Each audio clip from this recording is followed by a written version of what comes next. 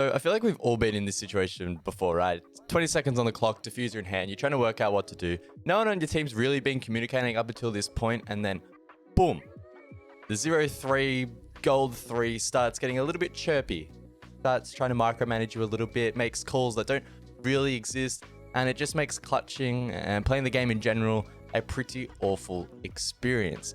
But today we have been graced with a really good piece of content published by Grant, previous head of content at DarkZero. It's their full grand final at the Charlotte Major against Astralis with their team and coach comms.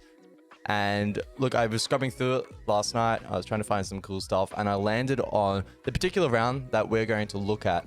And I think it really brings home the point that less is often more when you're communicating in Siege. DarkZero do a really good job in this clip at making sure that they're only communicating what is absolutely necessary and what's going to help increase their chances in winning the round. And they do it in such a way which is just really clean, professional, and there are some takeaways from this video that you and I can use in our ranked games. All right, so here we are then inside of the VOD. It's the Charlotte Major Grand Final, DarkZero and Astralis over on Clubhouse. Round number 10, DarkZero currently have match point on the defense. Astralis go for a play in this round, which has the potential to throw it into chaos. It does a little bit, but as we'll see, as we'll hear more importantly, DarkZero do a really good job at sort of steadying the ship in this round and helping to bring it back. One garage door. He saw me oil. I shot his turn. I backed up. Coming in, running in garage though. Oh, peek his garage. Ready? Yeah. I don't know. I'm not there. I'll see him. Down main, Nook! Down main. Gonna take site. Wait. I don't think so. Oh, blue. I don't think he took it. Okay, so let's have a quick chat about what just happened. So we saw Forest, the Nook from Astralis, push down main stairs, down long corridor. It's often a weakness that is exploited by the attack, but typically not that early on into the round. We're at that point only about a minute in to the action phase, and it does catch DarkZero off guard. And very quickly they find themselves in a 3 versus 5. Canadian does a really good job in my opinion. Now, Rainbow Six has some elements of randomness to it, and it can be a very frustrating game. If you had have died to a random Nook down long a minute into the round, what would your initial reaction be? Because I know mine would probably be some unpleasantries, and my initial reaction probably wouldn't be to just call out where he is and help my team win the round, which is exactly what he does in this situation and exactly what you should do as well. He made a very definitive call. Nook, push through, could be in church, but then quickly corrects that with additional information and says that, okay, maybe not. And DarkZero can look to play off that. They don't necessarily need to panic and try to get back to site as quickly as possible, which ultimately probably would have been disastrous if they went for that anyway. So, look, not a good start in terms of the kill feed and the scoreboard here for DarkZero, but their communication, despite the chaos that could have happened, relatively calm and does a good job to give critical information to the roamers here from DarkZero. Could be in church. They're dead. Okay, Nook could be church. I saw The Canadian just repeating that, making sure that the roamers understood it. I think I just heard it. I think I heard him. He's bottom main. He's gonna creep. He's creeping on the main cam. I don't know where he is. There's a wub in the hall and a Giving live updates, making sure that they're aware. Is there one? Dead. Nice. I'm showing lounge. I might need help. Drop on. 1 HP. Going front door, I think. Yep. Yeah, see this guy, Tyler. Hard right. By the speaker. Hard right. Lost us. Thinking. Nice, Tyler. Drop. DarkZero give that call. Secret. And then again, Canadian, What do you think is really good voice in this round. And again, it's just these small 1%ers, especially from Canadian, which you would expect as a leadership figure on the team. Even something as simple as just saying nice kill, giving a little bit of confidence to the team.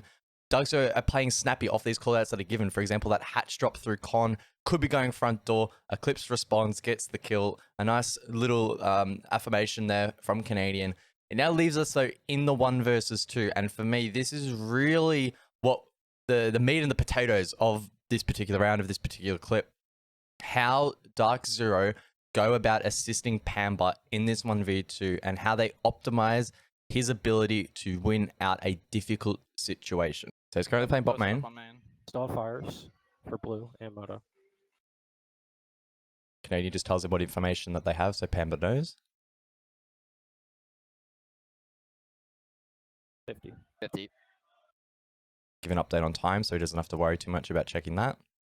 And they are just Kitchen is open. really quiet. Only the most critical of information is being relayed. Hard-breaching moto. They're taking their time here. They They'll told have him the two main cannon. hatches that could open. Solo up for church.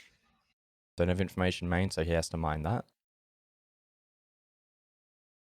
I think they're drop catch. 20. He shot that fire from blue, didn't he? They're He one shot catch catch. hatch. Catch one. One catch, one blue. Good calls. That's both. No, Both. no, Blue. no. Look at your rotate. We can call your haul.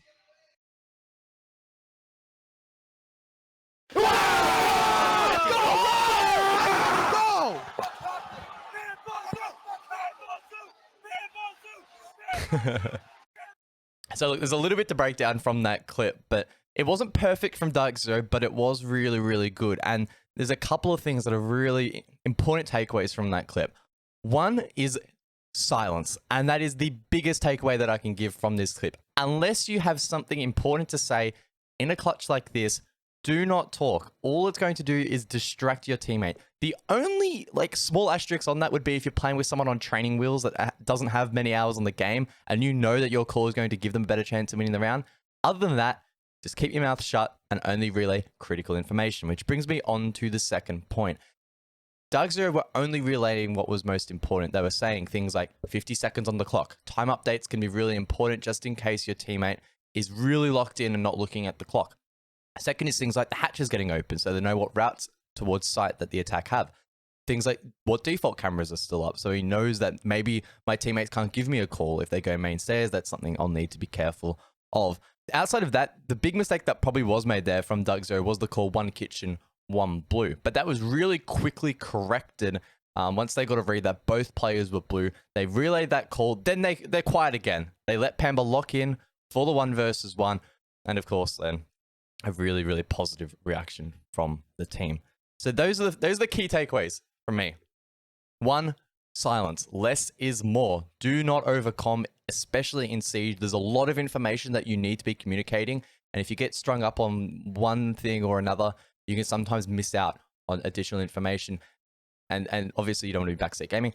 Second to that is time updates. That can be really important. Just let your teammate know, right? 30 seconds on the clock. It just needs to be something calm, something quiet, something that's not going to distract them all too much. And third is tell them what you don't have available. Sometimes something like we don't have main stairs. If you notice your teammate isn't watching main stairs and you don't have a main stairs camera, sometimes it can be good just to quickly remind them, especially if you don't have live updates as to where the opponents are actually pushing from. And then finally is sometimes mistakes are going to happen with comms. We saw the miscomm there from DarkZero. They called the kitchen. They called blue very late into the round, but they quickly corrected it. And they did it in a commanding fashion. They went from saying kitchen blue, in quite a quiet tone, to they're both blue, but didn't keep calling it because they knew and they saw that Pamba reacted accordingly to that. And Editor Guz here just quickly butting in. It is a back and forth. If you are the player clutching, you also, in my opinion, should, where possible, say things like, yes, understood, sure, I get it. Whatever it can be to quickly acknowledge calls. It needs to be a two-way street. Otherwise, then you might get problems, right?